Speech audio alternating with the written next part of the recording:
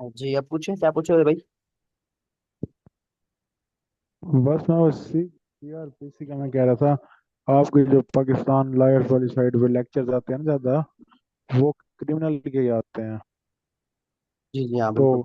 क्यों ना सीआरपीसी भी आप पढ़ाते हैं, सीआरपीसी। मेरी प्रैक्टिस मैंने आपको शायद स्टार्टिंग में बताया था ना, वो जनरल प्रैक्टिस है। सीआरपीसी और सिविल और क्रिमिनल दोनों साइड पर, तो दोनों ही पढ़ा देता हूँ। नहीं, वैसे मैंने कहा चलो उसमें हाउ नॉलेज जाती है, एक्सपीरियंस हो जाता है भाई हमारा भी सीआरपीसी आपको पढ़ाने से। क्योंकि यार आपके मैं लेक्चर देखे ना पड़े जबरदस्त होते हैं वो, पाकिस्तान लाइव वाली साइड पर। अनस भाई, आपकी आवाज़ यार कट गई, क्लियर नहीं है मुझे आवाज़। मैंने कहा सर वो ने आपके पाकिस्तान लायर्स वाली साइड नहीं है, जी जी उस पर आपके लेक्चर्स देखे हैं सारे, सीआरपीसी के मतलब क्रिमिनल साइड से मतलब। जी जी तो वो अच्छे होते हैं। जी। तो मैंने कहा अगर आप सीआरपीसी पढ़ाते तो ज्यादा मजा आता। मैं सीआरपीसी पढ़ा था तो ज़्यादा मज़ा आता है इसे। हाँ, क्योंकि आपके दो तीन लेक्चर देखे हैं ना, वो बड़े अच्छे थे, इंफॉर्मेटिव थे वो, जो पाकिस्तान लाइट वाली साइड पर थे। हाँ सही बात है, लेकिन कभी मौका मिला तो इंशाल्लाह सीआरपीसी भी पढ़ेंगे मिलकर।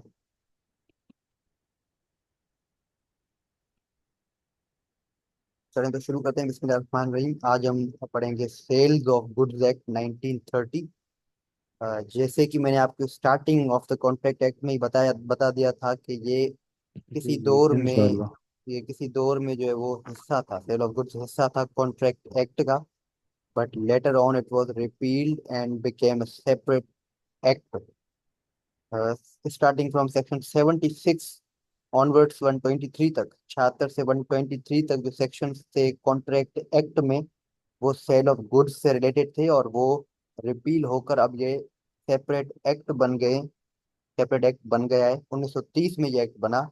और इसके अंदर कुछ 66 सेक्शन है, 66 सेक्शन।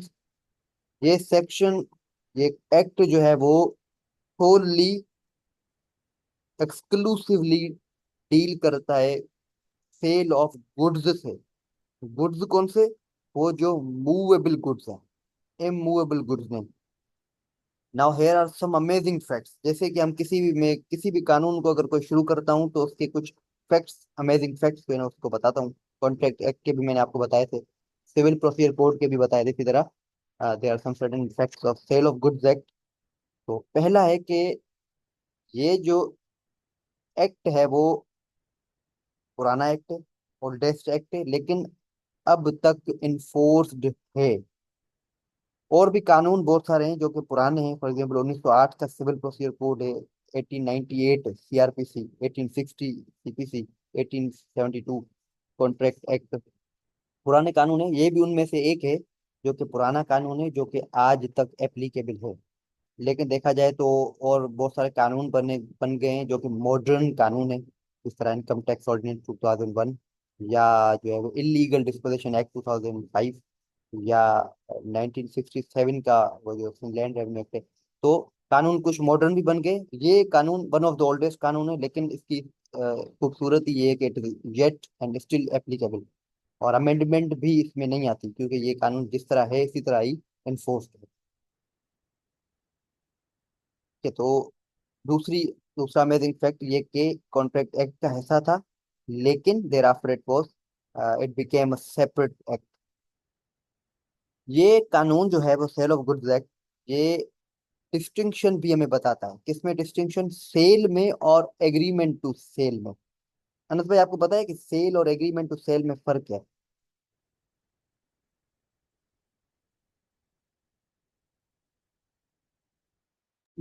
जी सर, ये सेल वो होती है जो बकायदा कोई बरह रास्त करते हैं, सेल। और एग्रीमेंट टू सेल है उसका मुआहदा जो रिटर्न हो। बराह रास्त का, एज पर योर ओपिनियन, बराह रास्त का मतलब यानी वो जो एब्सोल्यूट भी हो, ऐसे ही ना? जी, आमने सामने फेस टू फेस हो।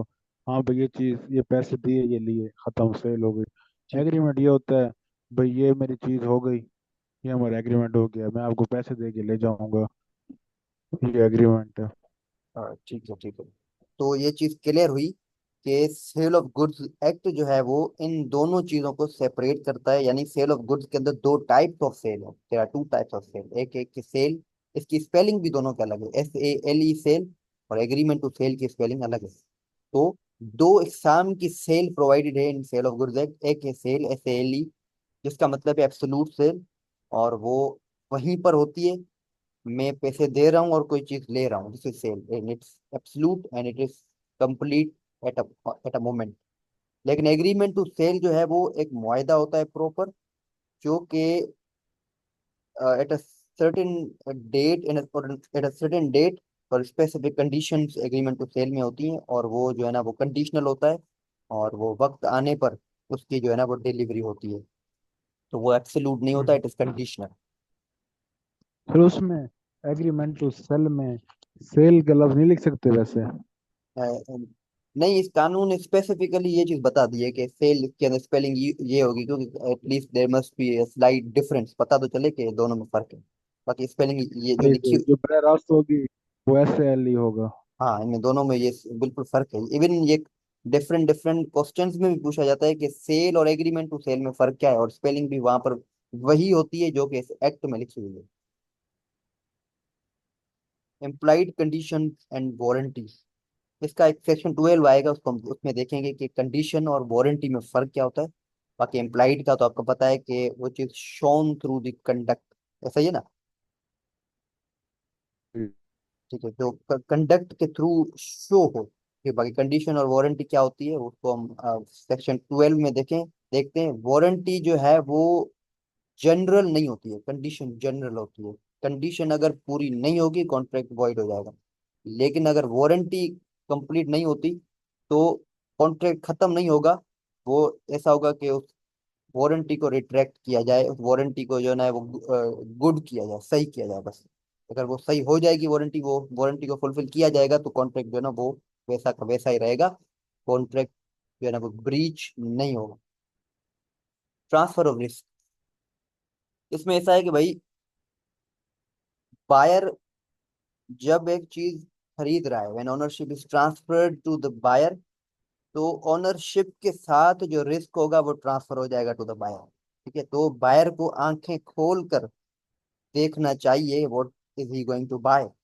Once he has bought something, the risk shall be transferred absolutely upon that person. ठीक है, according to the act risk of goods is transfer to the buyer when ownership is transfer. ठीक है, तो ownership जब transfer होगी तो फिर risk जो है वो कंप्लीटली ट्रांसफर हो जाएगा to that person concern. Unpaid sellers rights, तो ये एक जनरल बात है कि भाई अगर सेलर को उसका अमाउंट नहीं दिया जाएगा, जो कि कंसिडरेशन होती है, अगर उसको कंसिडरेशन नहीं दी जाएगी तो उसके राइट क्या है। तो बताता है कि the act provides the unpaid seller with certain rights, such as the right to lien. Lien हमने कॉन्ट्रैक्ट एक्ट में भी डिस्कस किया था कि it is the power of retaining the possession of property. यहाँ पर प्रॉपर्टी नहीं है, गुड्स हैं, तो गुड्स जो है वो उसको रिटेन करने का पावर है, राइट है मैं कहूँ, सेलर के पास, अगर सेलर को जो है वो पे ना किया जाए। उसके अलावा stoppage in transit and even resale if the buyer defaults on payment, this protects sellers from losses when buyers fail to meet their obligations. Freedom to set price, इसका आगे सेक्शन भी आएगा, लेकिन बात क्या है कि फ्री हैं पार्टीज के वो अपनी प्राइस सेट कर सकती हैं, अगर वो दोनों कंसेंसस दे दे, अगर दोनों की कंसेंट है कि हाँ भाई इस चीज की प्राइस ये होनी चाहिए, तो वो कर सकती हैं। तो it it it shall be added in a contract, वो कॉन्ट्रैक्ट के थ्रू भी हो सकती है। जिस तरह एग्रीमेंट टू सेल है तो एग्रीमेंट में लिख दें कि this must be the price and both are agreed upon that. ठीक है, तो एग्री हैं तो ठीक है। तो वो सेल में SALE में भी वो मामला हो सकता है कि वो they are free to set a price. वो एग्रीमेंट टू सेल में भी they are free to set a price. या अगर वो उन्होंने कोई प्राइस सेट नहीं की, they haven't fixed price concern to that transaction, तो फिर जो है ना वो रीजनेबल प्राइस देनी होगी बायर को। अरे भाई बताएंगे कि रीजनेबल प्राइस का क्या मतलब है यहाँ पर। रीजनेबल क्या मतलब ये होगा भाई, जो उनके मुताबिक मार्केट वैल्यू शायद। हाँ एग्जैक्टली, आगे लिखा भी हुआ है कि based on market condition at the time of delivery, कि भाई बाइक ले रहा हूँ, प्राइस फिक्स नहीं की है दोनों ने, तो मार्केट में क्या प्राइस है, तो उस प्राइस के अकॉर्डिंगली बायर जो है ना, buyer is duty bound to pay that price to seller. उसके बाद है सर ये डिफरेंट। जो yes yes yes. Unpaid seller जो है, इसमें जो है ये एक चीज थी, स्टॉपेज इन ट्रांसिट, इसका क्या मतलब था? जी। जो अनपेड सेलर का टॉपिक नहीं है, सिक्स, हाँ, स्टॉपेज इसमें जो एक स्टॉपेज इन लिखा हुआ है। ट्रांजिट। जी। ट्रांजिट यानी ट्रांजैक्शन, ट्रांजैक्शन को स्टॉप किया जाएगा कि फॉर एग्जांपल जो भाई उसका राइट है, उसका राइट है, ठीक है, तो बायर अगर पैसे नहीं दे रहा तो वो मुकर स्टॉप, जाता है। मुकर जाता है, तो फिर जो है ना वो सेलर के पास ये राइट है कि वो उसके जो भी गुड्स सेलर को देने होंगे वो नहीं देगा, स्टॉप कर देगा, स्टॉपिंग द ट्रांजैक्शन फर्दर। ठीक हो गया। Thank you. 8 है कैविएट एम्पटर प्रिंसिपल। पता है आपको कैविएट एम्पटर क्या है? जी, क्या है बताएं। ये है मुश्तरी होशियार बाश, यानी जो लेने वाला है वो उसके बारे में बाग गश्त करे, पूछे ये चीज़ क्या है क्या नहीं है, बाद में ये ना कहे मुझे बताया नहीं गया। वो नहीं, मुकम्मल तसल्ली करे हर एंगल से। कोई प्रॉपर्टी ले रहा है फॉर एग्जांपल, तो देखे कि स्टे है नहीं है, क्या चीज़ है, कि उसकी है या नहीं है, पोजेशन जो बता रहा है बंदा उसका है भी सही, हर चीज़ तसल्ली करे। बाद में फिर उसके ऊपर वो नहीं आएगा, बेचने वाले के ऊपर जिम्मेदारी। हाँ एग्जैक्टली, यानी let the buyer beware of the consequences.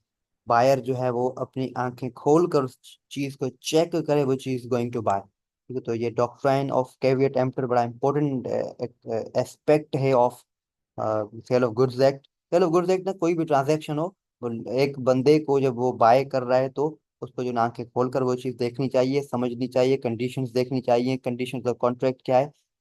Once the thing is once the ownership is transferred to the buyer, तो फिर जो है ना वो यहाँ पर फाइव फाइव अप्लाई हो जाएगा, ट्रांसफर ऑफ रिस्क, यानी ओनरशिप के साथ फिर रिस्क ट्रांसफर हो जाएगा। तो रिस्क ट्रांसफर हो उससे पहले बेहतर ये है कि वो जो बायर है वो केवी टेम्पटर के थ्रू जो है ना वो अवेयर होना चाहिए, he must be aware of all the what we can the aspects of thing. The doctrine of caveat emptor, let the buyer beware, is central to that. This means the buyer is responsible for checking the quality and suitability of goods before purchase. However, there are exceptions to this rule, especially when the seller gives misleading information or there are implied conditions। हाँ भाई, buyer ने बेचारे ने he tries level best to see all the things concerned, उसको देखा तो सही तरीके से, लेकिन when the ownership transferred to buyer, buyer को ये पता लगता है कि there was a fraud committed, ठीक है ना, कुछ चीजें छुपाई गई थी, although the seller knew all those things, ठीक है। तो उन इन केसेस में these are the exceptions then to the principle of caveat emptor. तो एक्सेप्शंस के अलावा बायर की ये, मैं कहूँ, ड्यूटी है कि वो जो है ना वो आंखें खोलकर वो चीजों को देखे। अगर आगे सर जैसे रिसीव का आंसर हो, फिर तो कैब अटेम्प्टर क्या कर सकता है? अगर जी। वो एक चीज को धोखा ही दे रहा हो, यानी यानी मिसाल के तौर पे बादल नजर में वो धोखा ही दे रहा हो, पता ना चल रहा हो, भाई डिसीव कर रहा हो किसी चीज से, या कंसीलमेंट ऑफ फैक्ट हो, तो इसमें तो उसका कसूरवार हो सकता है ना। वो ये तो नहीं कह सकता ना वे कैब अटेम्प्टर। सर कौन कसूरवार हो सकता है? वो जो बेचने वाला है। कसूरवार सेलर होगा, ठीक है। यहाँ पर जो है ना वो वही तो बात ये चीज क्लियर कर रहा है ना कि जनरल प्रिंसिपल ये है कि बायर को देखना चाहिए बिफोर बाइंग एनीथिंग। कोई भी चीज अगर खरीदता है तो वो उसको आंखें खोलकर देखे, चेकआउट करे। लेकिन अगर उसने एक बार चीज खरीद ली तो रिस्क हो जाएगा ट्रांसफर। अब आपकी बात, ठीक है, अब आपकी बात ये है कि अगर सेलर जो है ना वो कोई फ्रॉड कर रहा है या कोई मिसलीडिंग इंफॉर्मेशन दे रहा है, तो वहां पर अप्लाई होगा एक्सेप्शन। हर जनरल रूल की एक्सेप्शन होती है। अगर सेलर जो है वो मिसलीडिंग इंफॉर्मेशन दे रहा है या फ्रॉड कमिट कर रहा है या अनड्यू इन्फ्लुएंस कमिट कर रहा है या मिस अप्रोप्रिएशन कमिट कर रहा है, तो उस केस में बायर को जब पता चल जाता है, इंफॉर्मेशन उसको मिल जाती है कि हाँ भाई कि इस बंदे ने इस तरह की जो है ना वो फ्रॉड कमिट किया है, तो फिर जो है ना वो केवी टेम्पर अप्लाई वहां पर नहीं होगा। कोर्ट में सूट करो, और कोर्ट को ये चीज, पहले तो कोर्ट को ये सेटिस्फाई करो कि हाँ सेलर ने ये चीज कमिट की है, तो फिर क्या होगा, कॉन्ट्रैक्ट हो जाएगा वहां पर खत्म, जो है ना वो बायर को दी जाएगी फिर कंपनसेशन। सर जैसे मैं एग्जांपल मेरे माइंड में आ रही थी, जी जी। वो ये थी कि एक एक बंदे की प्रॉपर्टी होती है, कि वो कहता है मेरी 5 मरले जमीन है और मेरा जमीन फ्रंट है 40 जमीन का मरले नहीं होगा यहाँ पर यार, गुड्स गुड्स होने चाहिए, गुड्स मूवेबल। का। ठीक ठीक। वो यानी चलो वो गुड्स से कर देते हैं कि मेरे पास फलां नस्ल का प्योर बकरा है, ठीक है। यानी देसी नस्ल का एग्जाम्पल दे रहे हैं। जी। वो बाद में वो कहता है भी है, वो रिटर्न लिख के देता है, हम रिटर्न की बिहाफ पे उसे ले लेते हैं, फिर बाद में चेक करते हैं तो वो कामोरा नस्ल होती है सिंध की। तो इसमें तो वो बाउंड हुआ ना, एक किस्म का स्टाम्प लिख के दिया उसने या रिटर्न लिख के दिया है, कि इसमें हमें देखना चाहिए था इसमें क्या होगा। देखना चाहिए था, लेकिन उसने, हाँ वो यहाँ पर देखो ना, बायर की ड्यूटी है, ठीक है, वो पहले उसको चेक करे, ठीक है। लेकिन अगर बायर समझता है कि भाई इसने तो फ्रॉड कमिट किया, मैंने तमाम लोगों को चेक कराया था लेकिन ये चीज़ क्लियर नहीं हो रही थी, अब जाके ये चीज़ क्लियर हुई है, लेटर ऑन क्लियर हुई है, ठीक ठीक, तो फिर जो है ना वो सेलर की ड्यूटी होगी। लेकिन यहाँ पर बात जो कहने की है, वो सिंपल जो बात अगर होगी, जज साहब जो है ना वो ये कहेगा कि देखिए भाई, ये जो बकरा था, तो चाहे किस भी नस्ल का था, बायर की ये ड्यूटी थी कि इसको चेक करा था, ठीक है। और चेक कराने से तो पता चल जाता है ना, वो बकरा मंडी जो होती है वहां पर लेकर जाओ, चेक हो जाएगा बस। यहाँ पर ड्यूटी बायर की है कि वो उसको सही तरीके से चेक आउट करे। तो ये चीज। उसने वो लिख के दिया है, उसका पाबंद नहीं होगा, उससे उसको वो नहीं कर सकते। हाँ, उससे निकल सकता है, क्योंकि केवीए टेम्पर क्लियर टर्म्स में कह रहा है कि पहले ड्यूटी ड्यूटी बायर की है, और बायर जो है ना वो अपने पूरे जोर लगा देता है, फिर भी क्लियर नहीं होती, इंफॉर्मेशन नहीं मिलती, और एट द एंड लेटली ये चीज जाके पता चलती है कि सेलर की जो है ना वो सेलर के पार्ट पर मिसलीडिंग इंफॉर्मेशन दी गई थी, तो फिर सेलर की लाइबिलिटी होगी। अदरवाइज पहले अप्लाई होगा केवीए टेम्पर। ठीक हो गया। जनरल रूल हमेशा पहले अप्लाई होता है, exception are use at the end then. उसके बाद 9, applicability to movable goods only, जो कि मैंने आपको स्टार्टिंग में बता दिया, सेल ऑफ गुड्स जो है वो मूवेबल गुड्स पर अप्लाई होंगे। आपने शायद कॉन्ट्रैक्ट एक्ट के किसी लेक्चर में ये पूछा था कि सर घास घास हो या कोई जो है ना वो कोई फसल खड़ा हुआ हो, तो उस चीज़ों को भी आज हम इस लेक्चर में डिस्कस करेंगे कि वो किस कैटेगरी में आती है, मूवेबल में या इमूवेबल में। फिर है भाई कंज्यूमर प्रोटेक्शन। कंज्यूमर प्रोटेक्शन के लिए कोर्ट भी अलग होती है, कंज्यूमर कोर्ट जिसको कहा जाता है, ठीक है। उनमें मुआयद उनमें केसेस भी चलते हैं, लेकिन ये 10th पैराग्राफ है, वो ये बता रहा है कि एक बंदा जब बाय करने जा रहा है कोई चीज, तो वो जो है ना वो क्या चीजें चाह रहा होता है, उस बंदे को जो चीज दी जा रही है उसमें जो है ना वो कौन कौन सी कंडीशंस जो है ना वो फुलफिल होनी चाहिए, ठीक है। सबसे पहले कि भाई बायर का ये राइट है कि उसको वही चीज मिले जो वो डिस्क्राइब कर रहा है, ठीक है, जो चीज उसको चाहिए, वो जो बंदा वो डिजायर कर रहा है, the goods must match the description given by the seller. और सेलर भी जो चीज उसको बता रहा है उससे वो डिस्क्रिप्शन मैच करनी चाहिए। ऐसा ना हो कि सेलर एक चीज बता रहा है और फिर जो वो चीज आगे चलकर वो जो है ना वो दूसरी निकल जाए, लेकिन उससे पहले जो है ना वो कंडीशन आएगी बायर पर कि वो केवी टेम्पर के थ्रू चेकआउट करे। चेक करने के बाद अगर वो fraud find at the and होता है, तो सेलर की फिर ड्यूटी होगी, वरना नहीं, ठीक है। If you buy a red jacket should be red, not a different colour, ठीक है, तो रेड ही होनी चाहिए, दूसरे कलर की नहीं होनी चाहिए। इसी तरह राइट टू क्वालिटी भी उसका राइट है बायर का।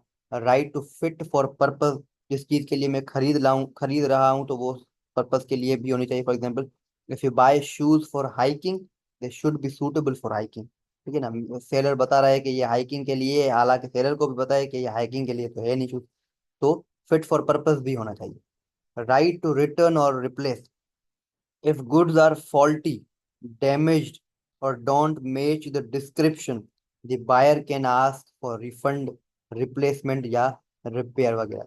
इसी तरह प्रोटेक्शन अगेंस्ट दी फ्रॉड भी होना चाहिए। तो these are some amazing facts of sale of goods act. ये फैक्ट्स इसलिए बता रहा हूँ कि स्टार्टिंग में ही एक्ट का पूरा जो निचोड़ है वो हमें पता चल जाए कि अब एक्ट में आगे क्या चीजें हो सकती हैं। तो अब हम शुरू करते हैं डेफिनेशन से। Section number 2 of sale of goods act. Goods का मतलब यहाँ पर क्या है? तो हमें पता है कि भाई गुड्स का मतलब है मूवेबल गुड्स, वो चीजें जो मूव कर सकती हैं। लेकिन पैसे यानी मनी और एक्शनेबल क्लेम जो है ना वो मूवेबल गुड्स नहीं है according to sale of goods act. यानी ये गुड्स नहीं है, पैसे हो गए या एक्शनेबल क्लेम हो गए। ये चीज आपको क्लियर हुई? ये चीज नहीं है, इसके अंदर न्यू है।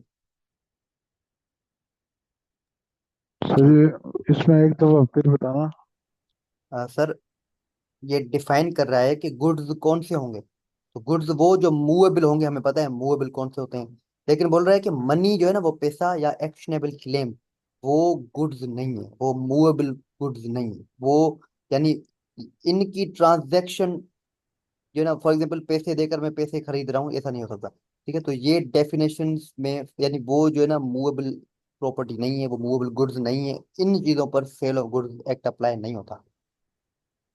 अगर एक साइड पे पैसे हों फिर तो है ना। हाँ, एक साइड पर वो तो यानी एक साइड पर पैसे देकर मैं गुड्स खरीद रहा हूँ, कोई और बाइक खरीद रहा हूँ, तो ये मामला अलग है। पैसे हम्म। देकर मैं पैसे खरीद रहा हूँ, ये नहीं होता। ठीक हो गया। फिर उसके लिए वैसे कौन सा होता है?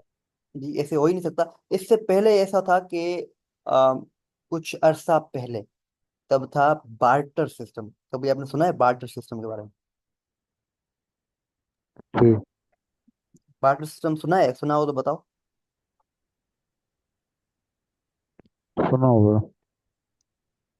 हाँ, तो बताएं बार्टर सिस्टम क्या होता वार्ड ऑफ अदले का बदला अदला, है? यानी पैसों से पैसे लो, खुराक से खुराक लो, चीजों की बदले चीजें लो।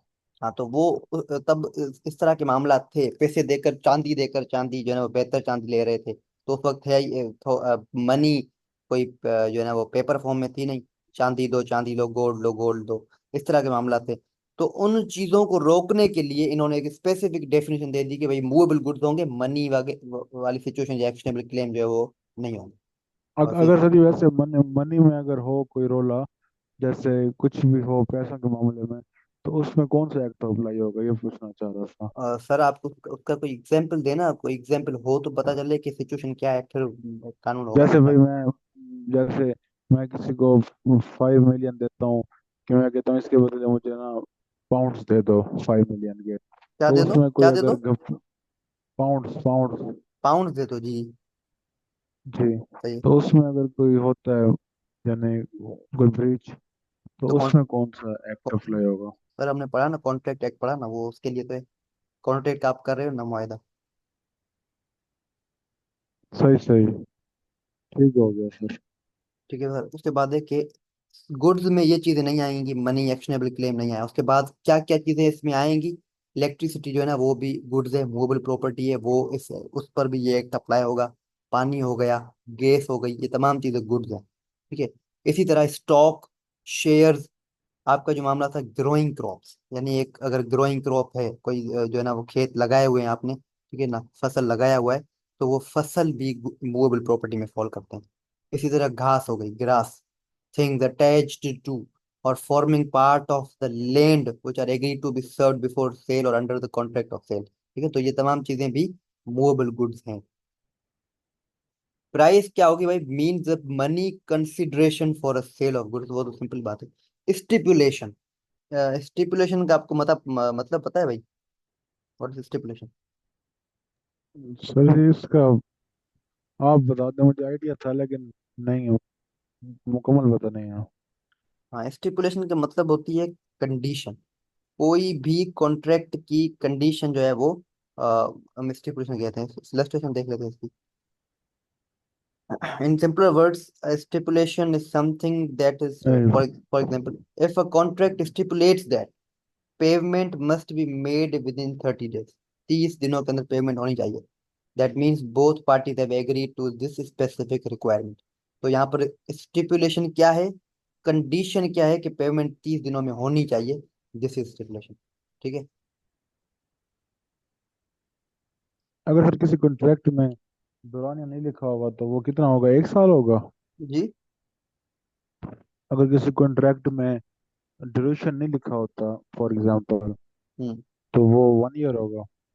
नहीं, वो होगा रीजनेबल टाइम। फॉर एग्जांपल, कोई पेरिशिंग मटेरियल है, यानी कोई जो है ना वो फ्रूट्स हैं, फ्रूट तो खराब हो जाएंगे, जल्दी खराब हो जाएंगे, तो उसके लिए टाइम कम है। इस तरह के मामला होंगे, तो कोई साल नहीं है, उसके लिए होगा रीजनेबल टाइम। रीजनेबल टाइम क्या है? ठीक हो गया। Section number 3, application of sale of goods act. Rules from the contract act of 1872 that haven't been cancelled, यानी ये सिंपल ये बात करता है कि भाई कॉन्ट्रैक्ट एक्ट भी यहाँ पर अप्लाई होगा सेल ऑफ गुड्स पर, ठीक है ना, क्योंकि ये दोनों एक ही थे, बस अलग हुए हैं, ठीक है ना।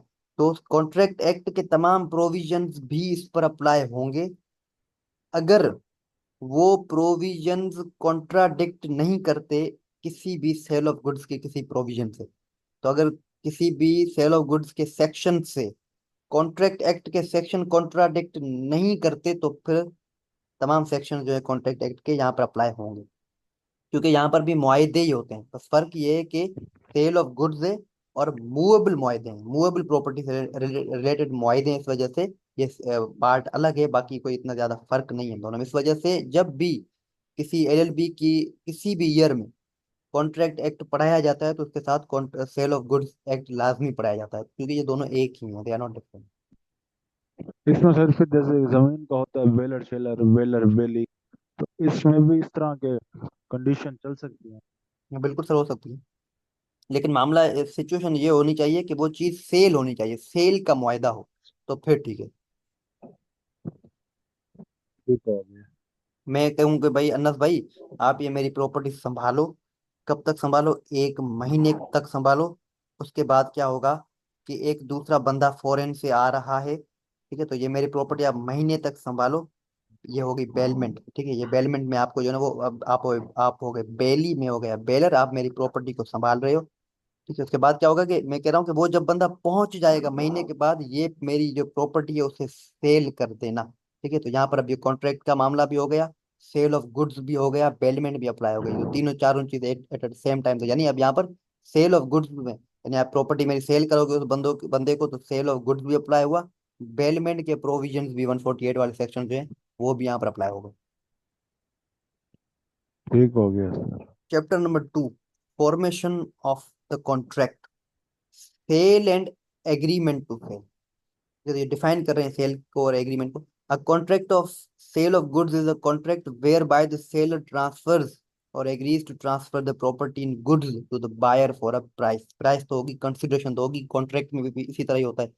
ठीक है, अब आगे बोलता है कि कॉन्ट्रैक्ट ऑफ सेल जो है ना वो एब्सोल्यूट भी हो सकता है या कंडीशनल भी हो सकता है, यानी वो SALE भी हो सकता है, वो एग्रीमेंट टू सेल भी हो सकता है, ठीक है। तो एब्सोल्यूट वहीं पर होगा, कंडीशनल कंडीशनल जो है ना वो कंडीशन मुकम्मल होने पर होगा, ठीक है। तो सेल जो होती है वो होती है एब्सोल्यूट ट्रांसफर, यानी एट स्पेसिफिक टाइम, वहीं पर, ओकेजनली नहीं, वहीं पर जो है ना वो चीज ट्रांसफर हो रही है। लेकिन एग्रीमेंट टू सेल में सर्टेन कंडीशंस भी होती हैं, वो जो है ना फ्यूचर डेट पर भी होता है, तो एग्रीमेंट टू सेल में बड़े मुआयदे हो जाते हैं। Agreement to sale becomes sale, agreement to sale आगे चलकर सेल ही हो जाता है, SALE सेल ही हो जाता है व्हेन द टाइम इलेप्सेस, टाइम मुकम्मल हो जाए या कंडीशनल कंडीशन जो है ना वो फुलफिल हो जाए। Contract of sale how made, sale जो है वो किस तरह होती है, तो हमने कॉन्ट्रैक्ट में भी पढ़ा था कि भाई वहां पर जो है ना वो पहले ऑफर होगी, ऑफर के बाद जो है ना वो एक्सेप्टेंस होगी। तो यहाँ पर क्या हो रहा है कि बाय करने की भी ऑफर हो सकती है। मैं अनस को कहूँ कि भाई अनस भाई आपके पास बाइक जो है ना वो मुझे दो, मैं क्या कर रहा हूँ, ऑफर दे रहा हूँ आपकी, ऑफर कौन सी दे रहा हूँ, ऑफर टू बाय। इसी तरह अनस भाई मुझे भी ऑफर दे सकते हैं कि मैं आपको ये प्रॉपर्टी सेल करता हूँ, क्या आप खरीदोगे इसे, तो ये जो ऑफर हो रही है वो हो रही है सेल की, ठीक है। तो इसी तरह कोई भी ऑफर दे, मैं ऑफर दूं बाय की, अनस दे मुझे सेल की ऑफर, और अब जो दूसरी पार्टी उसको एक्सेप्ट करे, तो दोनों चीजें जब हो गई, ऑफर भी हो गई, एक्सेप्टेंस हो गई, this is called then contract of sale. Contract of sale may be made by way of writing, वो वर्बल भी हो सकती है या इम्प्लाइड भी हो सकती है। बाकी रही बात वर्बल और इम्प्लाइड को प्रूव करना बड़ा मुश्किल है, राइटिंग में होना चाहिए, वो ज्यादा बेहतर है, क्योंकि कुरान पाक भी कहता है कि आपके जो भी मुआहदे हैं उनको राइटिंग में लिखो, राइटिंग में करो, लिखत में करो। सेक्शन नंबर 6, एग्जिस्टिंग और फ्यूचर गुड्स। ठीक है, तो कॉन्ट्रैक्ट ऑफ सेल जो है वो सेल एग्जिस्टिंग गुड्स की भी हो सकती है, वो फ्यूचर गुड्स की भी हो सकती है। यानी सेल जो कोई बाउंड नहीं है कि अभी जो चीज है उस पर ही जो बस सेल कर दे, नहीं। आपके पास अगर फ्यूचर गुड्स है, फॉर एग्जांपल ये ये इलस्ट्रेशन बता रहा हूँ, यहाँ पर अप्लाई तो नहीं होती, लेकिन इलस्ट्रेशन हो सकती है कि भाई ये जो मेरे फ्लैट बन रहे हैं, तो मेरे जो घर बन रहा है, ये जब बनेगा, ठीक है ना, तो आपको ट्रांसफर हो जाएगा, तब तक हम मुआयदा कर लेते हैं, आप मुझे पैसे दे दो, ये जब बन जाएगा तो आपका हो जाएगा, ओनरशिप आपको ट्रांसफर हो जाएगी, पोजेशन भी आपको दी जाएगी। तो ये इलस्ट्रेशन यहाँ पर अप्लाई तो नहीं होती क्योंकि वो इमूवेबल प्रॉपर्टी है। तो इस तरह अगर फ्यूचर गुड्स हैं, फॉर एग्जाम्पल भाई आम जो है ना वो जब होंगे तब आप ले लेना, तब तक मुझे पैसे दे दें आप। तो इस तरह की सिचुएशन हो सकती है। There may be a contract of sale of goods the acquisition of which depends upon contingents. यानी इस तरह का भी मुआयदा हो सकता है मेरे और अनस के दरमियान। मैं सेलर हूँ, अनस बायर है। अनस मुझसे वो चीज बाय कर रहा है जो कि हालांकि मेरे पास अभी है ही नहीं। फॉर एग्जाम्पल आम, मेरे आम का जो है ना वो ऑर्चर्ड है, बाग है, अभी आम हुए तो नहीं है लेकिन मुआयदा हो गया पहले। तो कॉन्टीजेंसी पर डिपेंड कर रहा है on happening of certain event. Happening of certain event क्या है कि आम होंगे, जब आम होंगे तो वो मैं इसको ट्रांसफर कर दूंगा। तो इस तरह का भी मुआयदा हो सकता है जहां पर सेलर के पास अभी तक एक्विजिशन नहीं है, यानी पोजेशन ऑफ प्रॉपर्टी अभी तक नहीं है। जब पोजेशन होगी, ठीक है, पोजेशन नहीं है, although he can enter into a contract of sale as per this act. Section number 9, कि भाई जैसे कि जिस तरह हमें पता है कि कॉन्ट्रैक्ट करने के लिए कंसिडरेशन होना लाजमी है, तो likewise sale of goods act में भी जिस तरह मुआयदे होंगे सेल के, तो वहां पर भी कंसिडरेशन प्राइस होना लाजमी है। The price of goods may be fixed by way of contract. Price को fix by way of contract भी किया जा सकता है, या by the course of dealing between the parties भी किया जा सकता है। यानी रीजनेबल प्राइस जैसे हम कहते हैं, तो रीजनेबल प्राइस जो है ना वो हो सकती है कि भाई इस वक्त मार्केट वैल्यू क्या है, उस मार्केट वैल्यू के हिसाब से बाइक को, कार को सेल किया जा सकता है। If price is not fixed by above ways then buyer shall pay a reasonable price. What is reasonable price is a question of fact. ये इंपॉर्टेंट चीज है कि रीजनेबल प्राइस क्या है, ये क्वेश्चन ऑफ फैक्ट है, ये क्वेश्चन ऑफ लॉ नहीं है। ठीक है? यानी अगर कोई केस चलता है, सिविल केस चलता है, रीजनेबल प्राइस पर मामला आ जाता है और किसी के हक में फैसला हुआ, जिसे हम डिक्री ऑर्डर कहते हैं, और किसी के खिलाफ हुआ, जजमेंट डेटर हुआ, तो अब इस केस की रिवीजन नहीं हो सकती। इसकी जो है वो अपील हो सकती है, इसका रिव्यू हो सकता है, लेकिन रिवीजन नहीं होगा। क्यों? क्योंकि रिवीजन होता है on the point of law. ठीक है, तो reasonable price is a question of fact, इस वजह से यहाँ पर इसकी रिवीजन इस मामले पर नहीं होगी, इस तरह हमने सीपीसी में पढ़ा था। Section number 11, stipulation as to time. यानी वक्त जो है वो, टाइम जो है वो कंडीशन है यहाँ पर। ठीक है, तब क्या कहता है कि unless the contrary, unless the contract specifically says otherwise. यानी अगर अदरवाइज कॉन्ट्रैक्ट में कोई चीज लिखी हुई तो उसको तो वो तो वैसे ही उसी चीज को फॉलो करना होगा। लेकिन अगर लिखा हुआ नहीं है तो क्या, the timing of payment is generally not considered crucial in a contract of sale. मैं अनस को जब भी प्रॉपर्टी, यानी जो मूवेबल चीजें हैं वो कॉन्ट्रैक्ट में, वो जब भी दूं मेरी मर्जी, यहाँ पर टाइम कंडीशन नहीं है, स्टिपुलेशन नहीं है सेल ऑफ गुड्स में। However whether other time related terms are important और not depends on what is written in the contract. Main चीज कॉन्ट्रैक्ट में है, कॉन्ट्रैक्ट में जो चीज लिखी हुई है उसको फॉलो किया जाएगा, उसमें जो टाइम लिखा हुआ है वो फॉलो किया जाएगा। लेकिन अगर कॉन्ट्रैक्ट में टाइम नहीं लिखा हुआ तो फिर जो है ना वो टाइम कोई कंडीशन नहीं है, किसी भी वक्त डिलीवरी आप कर सकते हो। This means that unless it is clearly stated, late payment may not automatically be a breach of contract। Late payment जो है वो ब्रीच ऑफ कॉन्ट्रैक्ट नहीं है, बट अदर डेडलाइंस और टाइम कंडीशंस में be critical based on how the contract is written. ठीक है, तो सर्टेन ऐसी कंडीशंस हो सकती हैं, सिचुएशंस हो सकती हैं जिस सिचुएशन में जो है वो time, with in time delivery करना लाजमी है, ठीक है। फॉर एग्जाम्पल मैंने सूट में कॉन्ट्रैक्ट ये हुआ है कि अनस भाई जो मुझे जो है ना वो शादी का जोड़ा जो है ना वो सेल करेगा। अब अनस भाई ने मुझे देर से शादी का जोड़ा सेल किया, शादी खत्म हो गई। तो यहाँ पर ये जो टाइम है ना, यहाँ पर स्टिपुलेशन टाइम है, यानी यहाँ पर टाइम स्टिपुलेशन है, टाइम कंडीशन है, यहाँ पर फॉलो होगा, ठीक है। तो अब दो एक्सेप्शन, जनरल रूल ये कि टाइम कंडीशन नहीं है, एक्सेप्शन दो हैं। एक एक्सेप्शन ये है कि अगर मामला जो है वो इस तरह के हैं जहाँ पर टाइम, विद इन टाइम जो है ना वो उसका सेल करना लाजमी है, तो ये एक एक्सेप्शन है। दूसरा एक्सेप्शन ये है कि अगर कॉन्ट्रैक्ट में टर्म्स लिखे हुए हैं कि within this time this thing is to be served delivered, तो उसके अंदर होना लाजमी है। तो एक जनरल रूल है, उसके दो exception. Section number 12, condition and warranty, इस दोनों में फर्क क्या है? ठीक है, तो कह रहा है कि स्टिपुलेशन जो है ना वो कॉन्ट्रैक्ट ऑफ सेल में, यानी कॉन्ट्रैक्ट ऑफ सेल में कंडीशन यानी स्टिपुलेशन दो हो सकती है। एक होता है कंडीशन स्टिपुलेशन हो सकती है, या वारंटी भी हो सकती है। इसको देखते हैं थ्रू इलस्ट्रेशन, वो इजी से हम क्लियर हो जाए। कंडीशन और वारंटी सिनेरियो, इतना समझो कि कंडीशन जो है ना अगर फुलफिल नहीं हुई तो कॉन्ट्रैक्ट वॉइड हो जाएगा, खत्म हो जाएगा, ब्रीच हो जाएगा। वारंटी अगर फुलफिल नहीं हुई तो कॉन्ट्रैक्ट खत्म नहीं होगा। वारंटी एक छोटी सिचुएशन है, वारंटी को जो है ना वो रिटेक किया जा सकता है, उसको जो है ना मेक गुड किया जा सकता है, उसको सही किया जा सकता है। जैसे ही वो सही हो जाएगी तो कॉन्ट्रैक्ट फिर से उसी सिचुएशन में आ जाएगा, ठीक है। For example working engine condition थी कि जो इसका गाड़ी का जो इंजन है वो सही होना चाहिए, काम करना चाहिए। अगर वो वो जो इंजन है वो काम सही नहीं करता तो ये कंडीशन है कि इंजन ही काम नहीं करता, तो इंजन काम नहीं करेगा, कॉन्ट्रैक्ट खत्म हो जाएगा, ठीक है। लेकिन वारंटी में क्या है कि भाई इसका जो एयर कंडीशनर है, एसी जो है वो चलना चाहिए गाड़ी में। अगर एसी नहीं चलेगा तो गाड़ी खराब सारी नहीं है, ठीक है। इंजन नहीं चलेगा तो गाड़ी नहीं चलेगी, लेकिन अगर एसी नहीं चल रहा तो गाड़ी तो चलेगी।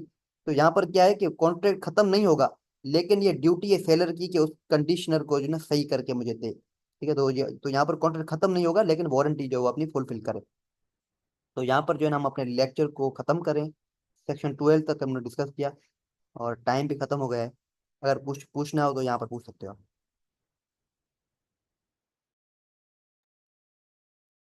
बस समझ आ गया इसमें। चलिए ठीक है, फिर तो हम एंड करते हैं। खुदा हाफिज़, अस्सलाम वालेकुम। वालेकुम सलाम। अल्लाह।